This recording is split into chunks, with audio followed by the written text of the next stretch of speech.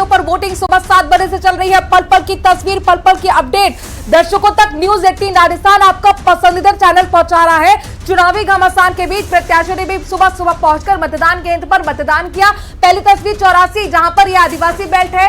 देखिए महेश रोत युवा चेहरा है, कांग्रेस के प्रत्याशी है और वोट डालने के बाद स्याही वाली उंगली दिखाते हुए कांग्रेस प्रत्याशी रामगढ़ से भी आरएन जुबैर खान, जिनका पहला अपनी जिंदगी का चुनाव है, अपने पिता की विरासत को संभालने की, बचाने की चुनौती उनके साथ है। आम के साथ खास के साथ आम भी लगातार अपनी भागीदारी निभा रहे हैं। दौसा से खूबसूरत तस्वीरें जहां पर युवा चेहरे भी नजर आए, बुर्के में महिलाएं नजर आई, तो दो दुल्हन जिनकी कल ही शादी हुई थी विदाई से पहले अपने मत का इस्तेमाल करने के लिए, अपने कर्तव्य का पालन करने के लिए पहुंची हैं। जुन्नू से भी उत्साहित तस्वीरें सामने आई हैं जहां पर लगातार लंबी कतारों में लोग रखकर अपनी बारी का इंतजार कर रहे थे। देवली उनियारा में भी आप देखिए महिलाओं की भागीदारी जबरदस्त तरीके से उत्साह दिखाते हुए यहाँ पर वोटर्स। सलुम्बर में भी अपने पत्र को जो कि सम्मानित करने का काम वहां पर अधिकारी मौजूद थे उन्हें किया गया है। दरअसल जो सबसे पहले पहुंचा, पहले वोटर को सम्मानित करने का भी काम किया गया उस पत्र को दिखाते हुए। बीजेपी प्रत्याशी रामगढ़ में जहां पर देखिए किस तरीके से सुखवंत सिंह अपने वोट का इस्तेमाल कर रहे हैं और उसके साथ अपने समर्थकों के साथ ज्यादा से ज्यादा वोट करने की अपील करते हुए। तो आम के साथ खास की भी तस्वीरें आपको हम दिखा रहे हैं। महेश रोत की तस्वीर दिखाई, अनिल कटारा का जबरदस्त तरीके से मुकाबला यहाँ पर त्रिकोणीय बना हुआ है। अनिल कटारा आपको बता दें कि बीएपी के उम्मीदवार हैं 84 सीट पर और उनका सामना कारीलाल ननोमा के साथ है। इसके साथ महेश रोत के साथ है बीजेपी प्रत्याशी खबसर से रेवत राम दागा। सबसे पहले अपने पारंपरिक वेशभूषा में वो नजर आए और लोगों से ज्यादा मतदान करने की अपील की। 7 सीटें हैं। उत्साह दिखाती हुई वोटर्स की तस्वीर, नाव में बैठकर 129 ये मतदाता थे जो अपने मत का इस्तेमाल करने के लिए 84 में पहुंचे। और जाहिर तौर पर देखिए यहाँ पर सड़क मार्ग नहीं होगा क्योंकि आदिवासी बेल्ट है, कई ऐसे ग्रामीण इलाके हैं जहां पर सड़क भी नहीं पहुंची है। वहां पर देखिए किस तरीके से नाव पर बैठकर मतदान केंद्र में पहुंचकर उन्होंने मत का इस्तेमाल किया है। दौसा में भी खूबसूरत तस्वीरें लगातार हम अपने दर्शकों को दिखा रहे हैं जहां पर वोटिंग टर्नआउट भी काफी अच्छा खासा रहा, उत्साह भी लोगों को देखने को मिला है। दो दुल्हन भी वोट डालने पहुंची थी, विदाई से पहले मतदान किया गया। रामगढ़ की तस्वीरें, खीवसर में भी देखिए महिलाएं अपने घर की भागीदारी, अपने कर्तव्य को तो निभा ही रही हैं, तो वहीं झुन्नू में भी देखिए बुजुर्ग एक महिला किस तरीके से व्हील चेयर पर पहुंचकर अपने मत का इस्तेमाल करती हुई। दौसा से इस वक्त की बड़ी खबर है, दौसा के बूथ संख्या 208 पर हंगामा हुआ है। कानपुरा स्कूल मतदान केंद्र पर एक एजेंट के साथ मारपीट हुई। मोनू बैरवा नामक पोलिंग एजेंट के साथ लात घूसों के साथ मारपीट हुई है। घायल पोलिंग एजेंट को दौसा जिला अस्पताल में भर्ती कराया गया है। उपचुनाव के दंगल से बड़ी खबर दौसा से आ रही है। बूथ संख्या 208 पर हंगामे की जानकारी मिल रही है। दौसा सीट हॉट सीट है। कानपुरा स्कूल मतदान केंद्र पर बताया जा रहा है कि एक एजेंट के साथ मारपीट हुई। मोनू बैरवा नाम के शख्स पर पोलिंग एजेंट के साथ लात घूसों से मारपीट की बात सामने आ रही है। घायल पोलिंग एजेंट को दौसा जिला अस्पताल में भर्ती कराया गया है। हंगामे की जानकारी मिल रही है दौसा से। दौसा हॉट सीट है जहां पर देखिए एक तरीके से मुकाबला भले ही जगमोहन मीणा और डीसी बियरबैग के बीच में हो, लेकिन साख यहां पर किरोलीलाल मीणा और सचिन पायलट की है। और ऐसे में 2 बार से यहां पर कांग्रेस के कब्जे वाली दौसा में बीजेपी ने पूरी ताकत झोंक दी है।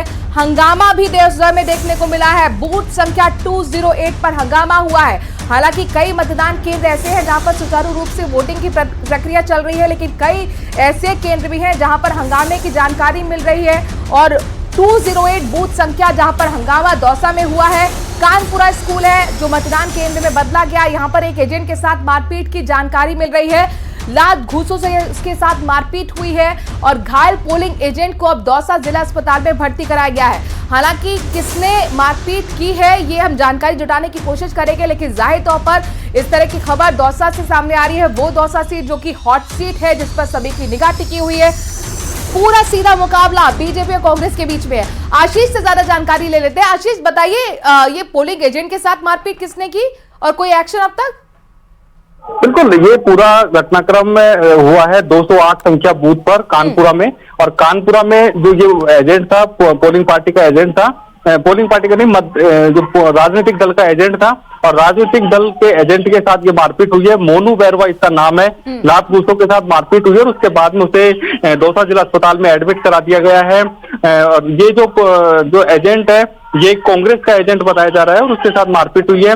फिलहाल पुलिस मौके पर पहुंच गई है और जो मारपीट की है उनकी तलाश की जा रही है। हालांकि अब मौके पर मारपीट करने वाले लोग नहीं हैं, लेकिन पुलिस का कहना है कि जैसे ही जो घायल एजेंट है वो जैसी सूचना देगा, जैसी जानकारी बताएगा, उस आधार पर आरोपियों को पकड़ने की कोशिश की जा रही है। फिलहाल मारपीट करने वाले लोग मौके से फरार हो गए हैं और जो कांग्रेस का जो एजेंट है वो घायल है। सुरक्षा बल तो वहां पर तैनात रहते हैं। चूंकि अतिरिक्त सुरक्षा बल की तैनाती इसलिए भी दौसा में खास तौर पर की गई थी चूंकि हॉट सीट थी और यहाँ पर चुनाव संपन्न कराना है हमेशा एक बड़ी चुनौती प्रशासन के लिए रहा है। तो अति संवेदनशील केंद्र भी यहाँ पर कई बनाए गए थे। क्या सुरक्षा के बीच यहाँ पर ये मारपीट हुई? बिल्कुल, सुरक्षा के बीच अभी ये जांच का विषय है कि मारपीट ये कहां पर हुई है, लेकिन ये कांग्रेस का एजेंट था और ये मतदान केंद्र पर अपनी पार्टी के प्रतिनिधित्व करने के लिए आया था और इसी दौरान ये पूरा घटनाक्रम हुआ है। अब पुलिस पूरे मामले की जांच कर रही कि ये मारपीट कौन सी लोकेशन पर हुई है, उस समय वहां पर सुरक्षाकर्मी मौजूद थे या नहीं थे, वो जांच के बाद स्पष्ट होगा। फिलहाल जिन्होंने मारपीट की है उनकी तलाश पुलिस कर रही है। शुक्रिया आशीष तमाम जानकारी हम तक पहुंचाने के लिए। लेकिन बड़ी बात यह है कि सुरक्षा बलों की यहाँ पर तैनाती की गई थी क्योंकि दौसा को माना गया था अति संवेदनशील। बावजूद इसके यहाँ पर एक पोलिंग एजेंट के साथ मारपीट होना जाहिर तौर पर कई सवाल खड़े करता है।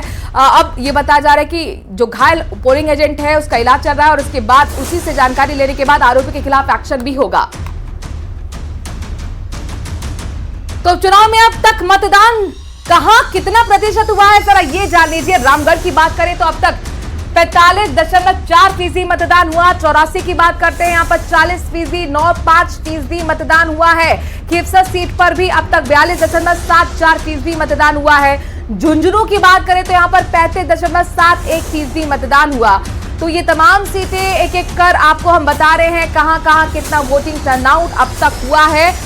1:30 बज चुका है यानी कि 1:32 हो रहा है और अब तक जो वोटिंग टर्नआउट के आंकड़े सामने आए हैं वो आपको ग्राफिक्स के जरिए न्यूज 18 राजस्थान बता रहा है और माना यह जा रहा है कि पिछला रिकॉर्ड भी वोटिंग परसेंटेज तोड़ सकता है जिस तरह के वोटिंग टर्नआउट देखने को मिल रहे हैं। रामगढ़ जो कि अलवर के अंतर्गत आता है, मुस्लिम बाहुल्य इलाका है, 45% मतदान यहां पर अब तक हुआ है।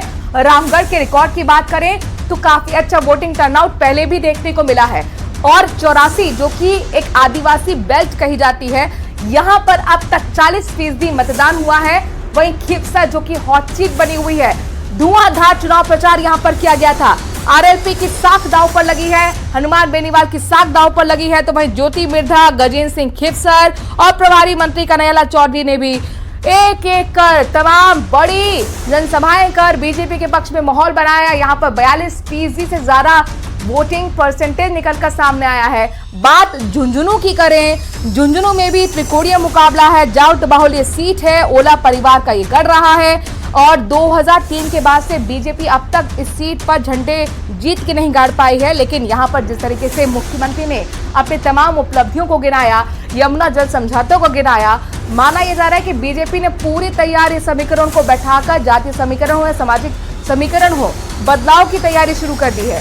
तो झुंझुनू में अब तक 35% ही मतदान हुआ है और लगातार हर एक तस्वीर आपको हम दिखा रहे हैं। ये देखिए एक दुल्हन जो कि पूरे दुल्हन के लिबास में है, अपनी शादी को संपन्न करने के बाद जो कर्तव्य देश के लिए है, लोकतंत्र के लिए है, दूल्हे के साथ पहुंची है दुल्हन और दोनों ने यहां पर देश के लिए कर्तव्य को निभाया, अपने मत का इस्तेमाल किया, वोट कास्ट किया।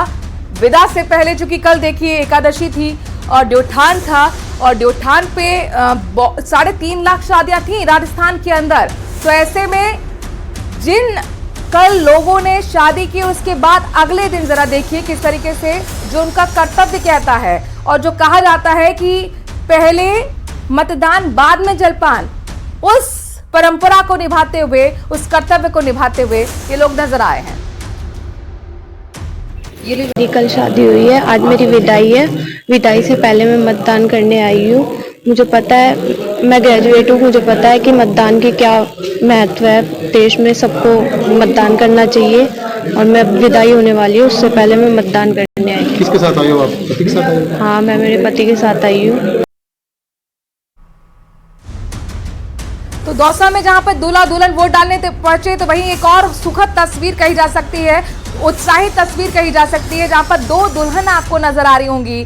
दुल्हनों ने भी वोट डाला, अपने स्याही वाली उंगली को भी उन्होंने दिखाया है और ये तस्वीर काफी लोकतंत्र के लिहाज से खुशनुमा कही जा सकती हैं, उत्साहित कही जा सकती हैं, क्योंकि इतने बिजी शेड्यूल में भी जब उनके जिंदगी का महत्वपूर्ण पल है उसके बावजूद वो अपने देश के लिए जो कर्तव्य है, जो लोकतंत्र के लिए कर्तव्य है, जो लोकतंत्र का त्योहार है, उसमें अपनी भागीदारी निभाना नहीं भूल रही हैं। आशीष हमारे संवाददाता दौसा से इस खबर पर ज्यादा जानकारी के साथ जुड़ गए। दौसा, बेहद खूबसूरत तस्वीरें लगातार सुबह से आप हमें दिखा रहे हैं, घूंघट में भी औरतें हैं अपने कर्तव्य का पालन करती हुई। बड़ी बात यह है कि दौसा में हमने देखा है कि महिलाओं की अच्छी खासी भागीदारी रही है। देख पा रहे हो, ये देखो महिलाएं डांस कर रही हैं। ये नांगल राजस्थान मतदान केंद्र की तस्वीरें हैं, बेहद ही आकर्षक तस्वीरें हैं। लोकतंत्र का महापर्व यहाँ पर मनाया जा रहा है। इसकी जो तस्वीरें आप टीवी स्क्रीन पर न्यूज़ 18 के दर्शक देख सकते हैं। महिलाएं मतदान के लिए यहाँ पर पहुंचती है, लंबी कतार आप बूथ पर देख सकते हो और महिलाएं लगातार यहाँ पर डांस करती हुई नजर आ रही हैं। एक तरीके से सुखद तस्वीर लोकतंत्र की नांगल राजस्थान में देखने को मिल रही है। यहाँ लगातार महिलाएं बड़ी संख्या में पहुंची हुई है और आप बूथ पर जो तस्वीरें देख सकते हो, कितनी लंबी लाइन यहाँ पर मतदान केंद्र पर लगी हुई है और एक सुखद और बेहद ही सुंदर तस्वीर नांगल राजस्थान में देखने को मिल रही है। जिस तरह की जो तस्वीर सामने आई है, लंबी लाइन, क्योंकि सुबह से मतदान केंद्र पर कुछ सूने पड़े थे, लेकिन जैसे जैसे अब ये दोपहर हुई है तो महिलाओं में जबरदस्त उत्साह देखने को मिल रहा है। देखिए ये कहना जरूरी होगा कि यहाँ पर मुझे जहां तक नजर जा रही है, पुरुषों से ज्यादा महिलाओं की लंबी लाइन नजर आ रही है। बिल्कुल, पुरुषों से ज्यादा जो उत्साह है वो महिलाओं में नजर आ रहा है। महिलाएं सब कुछ काम छोड़कर मतदान केंद्र पर यहाँ पर पहुंची हैं और यहाँ पर लगातार महिलाएं डांस करती हुई नजर आ रही है। ये निश्चित रूप से जो दौसा की ग्रामीण परिवेश की जो संस्कृति है वो नजर आ रही है। यहाँ जब भी कोई चुनाव होता है तो इसी प्रकार की तस्वीरें देखने को मिलती है और अब भी जब चुनाव हो रहा है उपचुनाव का, तो यहाँ महिलाएं काफी उत्साहित नजर आ रही है, मतदान से जुड़े गीत गा रही हैं, अपने पसंदीदा प्रत्याशी के पक्ष में गीत गा रही हैं और खास बात यह होती है कि महिलाएं मौके पर ही गीत को तैयार करती हैं और उसके बाद में गीत गाती हैं और नाचगान करती हैं। ऐसे में एक बेहद खूबसूरत तस्वीर नांगल राजस्थान में जिस तरह की आप देख सकते हो। करने के लिए भी जगह जगह इसी तरह से हमने देखा था, महिलाएं किस तरीके से टोली बनाकर वहीं की भाषा में लोकगीत के जरिए मतदान के लिए जागरूक कर रही थी। और यहाँ पर देखिए ये वोट करने के लिए पहुंची महिलाएं, घर पे सारे कामकाज छोड़कर, अपने बच्चों को छोड़कर, अपने कर्तव्य का पालन करते हुए और खुशी मनाते हुए, लोकतंत्र का पर्व है, हर्षोल्लास के साथ देखिए किस तरीके से महिलाएं बना रही है। जो कि आशीष आप यहीं के रहने वाले हैं, इन लोकगीतों का मतलब भी समझते होंगे, दर्शकों को बताइए क्या कुछ कह रही है इन गीतों के माध्यम से महिलाएं। बिल्कुल, ये महिलाएं हैं, सब कुछ काम छोड़कर यहाँ मतदान केंद्र पर आई हैं और ये गीत गा रही हैं और क्योंकि लंबी लाइन लगी हुई है, निश्चित रूप से इनका मतदान का समय में करीब 1 घंटे का लग जाएगा क्योंकि इतनी सारी भीड़ है यहाँ पर। ऐसे में ये सदुपयोग कर रही हैं, एक तरीके से मनोरंजन कर रही हैं और महिलाओं को प्रेरित कर रही हैं कि वो भी मतदान केंद्र पर आए, वोट करें। तो कुल मिलाकर ये कहा जा सकता है कि जो दौसा में है, बेहद खूबसूरत तस्वीर लोकतंत्र की देखने को मिल रही है और महिलाओं में जोश है, उत्साह है मतदान को लेकर। सुबह हम लोगों को लग रहा था कि भीड़ काफी कम है, इस बार कम मत प्रतिशत रह सकता है, लोगों में उत्साह कम है, लेकिन जैसे ही दोपहर हुई है तो निश्चित रूप से दौसा के मतदान केंद्र आबाद हो चुके हैं और यहाँ लंबी लंबी कतारें देखने को मिल रही है, ना केवल नांगल राजस्थान में बल्कि अभी हम पिछले 1 घंटे में जितने भी मतदान केंद्रों पर पहुंचे हैं वहां जबरदस्त भीड़ महिलाओं की देखने को मिल रही है। ऐसे में ये जो बेहद खूबसूरत तस्वीर है वो न्यूज़ 18 राजस्थान पर एक्सक्लूसिव आप देख सकते हो। हमने देखा है पिछले कई बार से एक ट्रेंड देखने को मिला है कि महिलाएं जो है वो बढ़ चढ़कर लोकतंत्र के पर्व में हिस्सा लेती हैं। दौसा का क्या रिकॉर्ड रहा है या इस बार इस तरीके की तस्वीर है कि महिलाएं बढ़ चढ़कर हिस्सा ले रही हैं और लोकतंत्र का पर्व निभा रही हैं? बिल्कुल, क्योंकि कल देवउठनी एकादशी थी और उसके बाद में ये लोकतंत्र का एक तरीके से देवउठनी एकादशी के बाद पहला त्योहार दौसा में लोकतंत्र का त्योहार मनाया जा रहा है और तस्वीरें अपने आप में बोल रही है।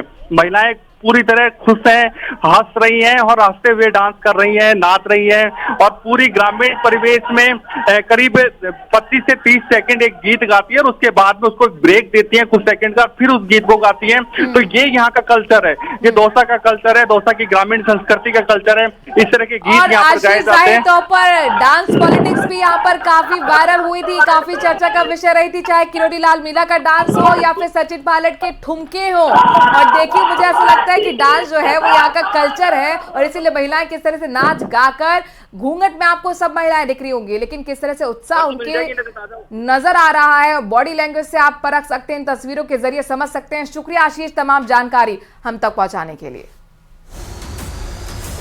लाइव तस्वीर आपको हम दौसा से दिखा रहे हैं, जहां पर तमाम महिलाएं लंबी लंबी कतारों में अपनी बारी का इंतजार करीब 1 घंटा का वक्त हो चुका है, लेकिन महिलाओं का इंतजार जो देखिए किस तरीके से जाहिर तौर पर टाइम को यूटिलाइज कर रही हैं और लोकतंत्र के पर्व में भागीदारी निभाने के लिए उत्साह के साथ डांस करती हुई सुखद तस्वीरें। हमारे साथ आशुतोष रावत भी पत्रकार जुड़े हुए हैं, इसके साथ साथ बीजेपी की तरफ से अपनी बात रखने के लिए विकास भी जुड़े हुए हैं। सबसे पहले आशुतोष जी, दौसा की जो खूबसूरत तस्वीरें सामने आई हैं, एक तरफ टफ मुकाबला तो वहीं दूसरे बीच आपने डांस पॉलिटिक्स भी बहुत देखी होगी और यहाँ पर खुद महिलाएं जो हैं वो डांस करके, नाच गाकर अपना उत्साह लोकतंत्र के पर्व में दिखाती हुई, क्या कहना चाहेंगे इन खूबसूरत तस्वीरों पर?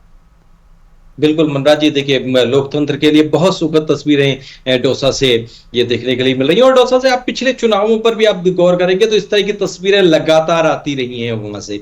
किरोड़ी लाल मीणा जी जो वहां के एक बड़े स्थापित नेता हैं, अक्सर हमने उनको इलेक्शन कैंपेन के दौरान या वोटिंग वाले दिन पर पूरे इलेक्शन कैंपेन में कई बार उनको अलग अलग तरीके से नाच गाना करते हुए हमने किरोड़ी लाल मीणा जी को भी देखा है। तो निश्चित तौर पर दौसा से बहुत अच्छी तस्वीरें लोकतंत्र के लिए ये हमको देखने के लिए मिल रही है। महिलाओं का उत्साह, लोग अक्सर हम इस बात के लिए चर्चा करते हैं कि महिलाओं का वोटिंग परसेंटेज किस तरह से बढ़े, लेकिन दौसा से जो तस्वीरें आ रही हैं इससे अंदाजा लग सकता है कि महिलाएं की का वोटिंग परसेंटेज भी दौसा में, हालांकि ओवरऑल वोटिंग परसेंटेज अभी थोड़ा सा कम है, लेकिन महिलाओं का वोटिंग परसेंटेज वहां निश्चित तौर पर ज्यादा रहने वाला है।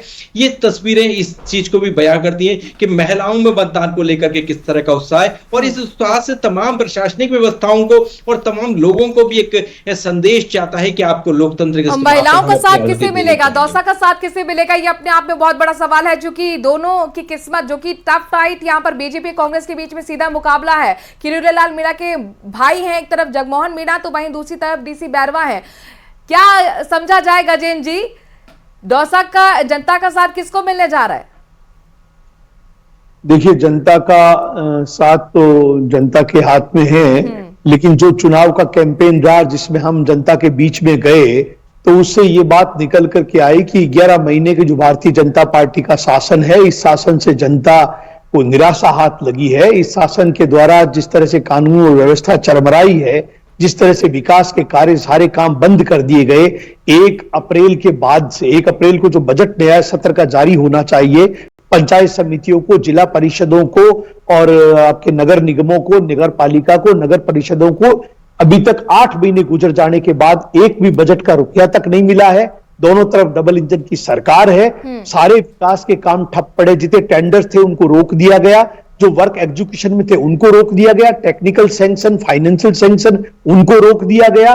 और आप ये देखिए जब चारों ओर विकास के काम ठप पड़े हैं तो आप समझिए कि राजस्थान की जनता ने जिस उत्साह के साथ इस सरकार को लाने में भूमिका निभाई, आज वो अपने आप को ठगा हुआ महसूस कर रहे हैं।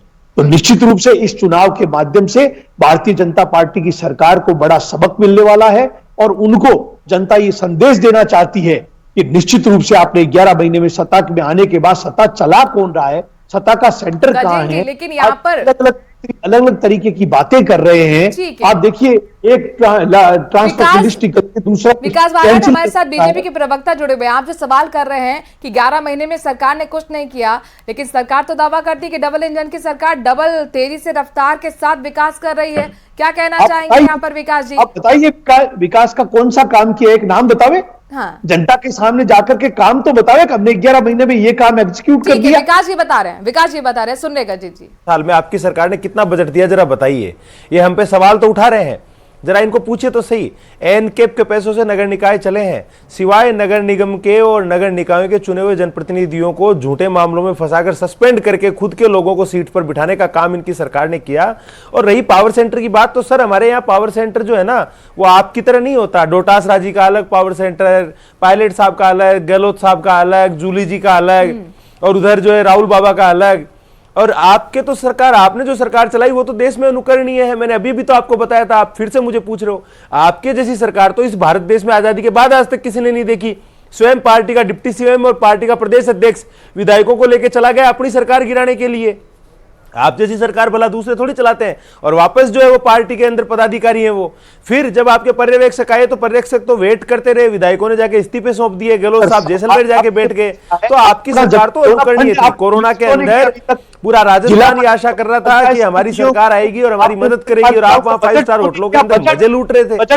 तो आपकी सरकार तो हम नहीं चला सकते। अगर आपकी सरकार को सरकार कहते हैं तो भैया हाथ जोड़ के माफी चाहते हैं। आपकी सरकार जैसी सरकार चलाने के लिए जनता ने वोट नहीं दी। विधानसभा 2023 का अगर हम जिक्र करते हैं तो माना गया था कि गहलोत सरकार ने बहुत अच्छी योजनाएं चलाई हैं और उसका असर मिलेगा। लेकिन कहीं ना कहीं ये देखने को मिला जब विशेषज्ञों की चर्चा हुई और विश्लेषण ये हुआ कि कांग्रेस ने ही कांग्रेस को डुबो दिया और जो फूट थी आपसी वो ले डूबी। अब जब उसके बाद यहाँ लोकसभा चुनाव होते हैं तो कांग्रेस ने जाहिर तौर पर बेहतरीन प्रदर्शन किया और उसका कारण माना कि लेकर आए यहाँ पर फ्रेंडली मैच वाला बयान जो अशोक गहलोत का दौसा में सामने आया है। क्या नुकसान यहाँ पर होगा? हजारों करोड़। ठीक है, मैं विकास जी आपके पास आऊंगी। बिल्कुल बिल्कुल। देखिए मनोज जी, वो तो पूरे राजस्थान ने देखी चुनाव के। विकास जी आपसे सवाल नहीं, आशुतोष जी सवाल है, मैं आपके पास आऊंगी। ठीक है सर, आऊंगी आपके पास। अच्छा जी जी जी जी जी जी बिल्कुल बिल्कुल। मनराज जी, हमने देखा कि गहलोत सरकार ने जिस तरह के पहले 4 साल में, मतलब 2019 के चुनाव के बाद में पहले 4 साल में जिस तरह की राजनीति हमको कांग्रेस के अंदर देखने के लिए मिली, उसके बाद में लास्ट के 1 वर्ष में कांग्रेस ने बहुत सारे काम किए। लेकिन चुनाव के समय में एक बार फिर से पायलट खेमा और अशोक गहलोत खेमा हमको कांग्रेस के अंदर नजर आया। तो वहीं लोकसभा चुनाव की बात करें और या फिर अभी करंट की भी बात करें आप, तो नरेश मीणा एक बहुत स्वाभाविक तौर पर पायलट खेमे के तौर पर देवली उनियारा से कांग्रेस के टिकट के दावेदार थे। लेकिन शायद अशोक गहलोत खेमा, सचिन पायलट खेमा और डोटासरा साहब का भी एक नया खेमा हमको इस बार के विधानसभा चुनाव में भी कांग्रेस के अंदर देखने के लिए मिल रहा है। कुछ लोगों की चर्चाएं यहां तक भी हैं कि झुंझुनू के जो परिणाम आएंगे उसमें अगर क्या वाकई कांग्रेस जो सबसे सुरक्षित सीट झुंझुनू मानी जा रही थी, क्या उसको एक बड़े मार्जिन के साथ जीतती है, या वहां भी एक बड़े नेता के द्वारा एक तमाम तरह की प्लानिंग प्लॉटिंग करके एक व्यक्ति को निर्दलीय चुनाव लड़ाया जाता है जिससे कि कांग्रेस के उम्मीदवार को डेंट पहुंचाया जा सके। भारतीय जनता पार्टी अपनी जीत के लिए यहाँ पर बनी हुई है और जाहिर तौर पर इसका जवाब हम गजेंद्र जी से लेना चाहेंगे, चूंकि गढ़ रहा है ओला परिवार का टोक से। इस बीच अपने दर्शकों को बड़ी खबर बता दें, देवली उनियारा से दरअसल बड़ी खबर है। विधानसभा का उपचुनाव यहां पर चल रहा है, वोटिंग सुबह से चल रही है। निर्दलीय प्रत्याशी नरेश मीणा ने एसडीएम को थप्पड़ मार दिया है और इस थप्पड़ की गूंज कहां तक जाएगी अपने आप में बड़ा सवाल है। लेकिन ये वीडियो बहुत तेजी से वायरल भी हो रहा है, जो तस्वीर अपने दर्शकों को हम बहुत दिखा भी रहे हैं, जहां पर देखिए किस तरीके से हाथ पकड़ते हुए पुलिसकर्मी नजर आ रहे हैं। लेकिन यहां पर अपना आपा खो बैठते हैं नरेश मीणा और थप्पड़ मार देते हैं एसडीएम को। दरअसल ये उस गांव की तस्वीर है जहां पर धरने पर नरेश मीणा सुबह ही बैठ गए थे। वो तस्वीर भी हमने अपने दर्शकों को दिखाई थी। यहां उस गांव की मांग थी कि उनियारा उपखंड से हमको जोड़ा जाए, देवली उपखंड से ना जोड़ा जाए। डीएम को बुलाने की मांग करते हुए धरने पर बैठे जब नरेश मीणा और जब एसडीएम पहुंचे तो अपना आपा खो बैठे। यहाँ पर देखिए पुलिस अधिकारी, पुलिसकर्मी उनको रोकते रहे, लेकिन यहाँ नरेश मीणा नहीं माने। जाहिर तौर पर लोकतंत्र के लिहाज से ये अच्छी खबर नहीं कहा जा सकती है, सुखद तस्वीर नहीं कही जा सकती है। कितना भी गुस्सा हो, कितनी भी मांग आपकी सही हो, लेकिन यहाँ पर आने के बाद सब कुछ गलत साबित हो जाता है। ये निर्दलीय प्रत्याशी हैं दरअसल नरेश मीणा, अपने दर्शकों को बता दें। और बड़ी बात यह है कि कांग्रेस के टिकट पर चुनाव लड़ना चाहते थे, लेकिन जब कांग्रेस ने टिकट नहीं दिया तो नाराज होकर निर्दलीय ही ताल ठोक दी। देवली उनियारा में त्रिकोणीय मुकाबला बना हुआ है। इस पर मैं टिप्पणी लेना चाहूंगी, आशुतोष जी आपसे टिप्पणी। नरेश मीणा का फ्रस्ट्रेशन किस बात का है, क्या कहना चाहेंगे कि क्या उन्हें डर सता रहा है कि बहुत कुछ कर नहीं पाया मैं, या फिर वाकई लोगों की मांग को लेकर उनका गुस्सा निकल आया? देखिए मनराज जी, लोगों की मांग को लेकर के उनका गुस्सा निकला या फ्रस्ट्रेशन था, उनसे परे सबसे पहली चीज तो यह निश्चित तौर पर लोकतंत्र के लिए बहुत दुखद तस्वीर है। इस तरह की तस्वीरों का लोकतंत्र में कोई स्थान नहीं होना चाहिए। राजनीतिक तौर पर निश्चित तौर पर नरेश मीणा कांग्रेस के पायलट खेमे की तरफ से एक स्वाभाविक उम्मीदवार थे, टिकट नहीं मिला। ऐसे में चर्चाएं पर्दे के पीछे की थी कि किसी व्यक्ति द्वारा एक बार फिर से उनको कांग्रेस को डेंट पहुंचाने के लिए उनको वहां स्थानीय स्तर पर खड़ा किया गया, फंडिंग की गई। तो क्या उस बात का फ्रस्ट्रेशन भी उनके अंदर है कि जिस तरह की चर्चाएं थी कि मीणाओं के कितने वोट काट पाते हैं। नरेश मीणा पार्टी से अलग, हम राजस्थान को अगर देखें तो कांग्रेस और भाजपा से अलग यहाँ निर्दलीय चुनाव लड़ने वाले या छोटे छोटे राजनीतिक दलों से चुनाव लड़ने वाले लोगों के लिए बहुत ज्यादा स्कोप नहीं है। लेकिन नरेश मीणा से उम्मीद थी कि उनको कास्ट का वोट मिलेगा, मीणाओं का वोट मिलेगा, मीणाओं के एक बड़े नेता के तौर पर उस क्षेत्र में उनकी छवि थी। तो क्या उस तरह के एजेंट में परिवर्तित होते हुए उनको नहीं दिखा? गजेंद्र जी, देवली उनियाल की जो तस्वीर सामने आई है उसको लेकर यह भी कहा जा रहा है कि आप देखिए बीजेपी की तरफ से भी बागी खड़े हुए, लेकिन उनकी नाराजगी को दूर कर लिया गया। आपने नाराजगी दूर नहीं की तो उसका खामियाजा भुगतना पड़ सकता है। नहीं, खामियाजा भुगतने वाली कोई बात नहीं। हमारे नेताओं ने प्रयास किया और प्रयास सफल नहीं हो पाया, वो कोई बात नहीं है। लेकिन जनता समझदार है, जनता अपने वोट को इस तरह से स्प्लिट नहीं करेगी या खराब नहीं करेगी। उनको इस सरकार की 11 साल की जो ये पर्ची सरकार है, पर्चियों से सरकार, मतलब बड़ी ताज्जुब की बात है। हिंदुस्तान के इतिहास में 78 साल की आजादी में पर्ची से भी मुख्यमंत्री बनते हैं। हम पर्ची से पंच सरपंच नहीं बनाते, वहां पर भी वोट डलते हैं। अब ये पर्चियों से मुख्यमंत्री बने हुए लोगों की 11 महीने की जो कार्यशैली है, उस कार्यशैली को देख करके जनता निश्चित रूप से उनको सबक सबके अपने वादे, सबके अपने दावे। गजेंद्र जी हमारे साथ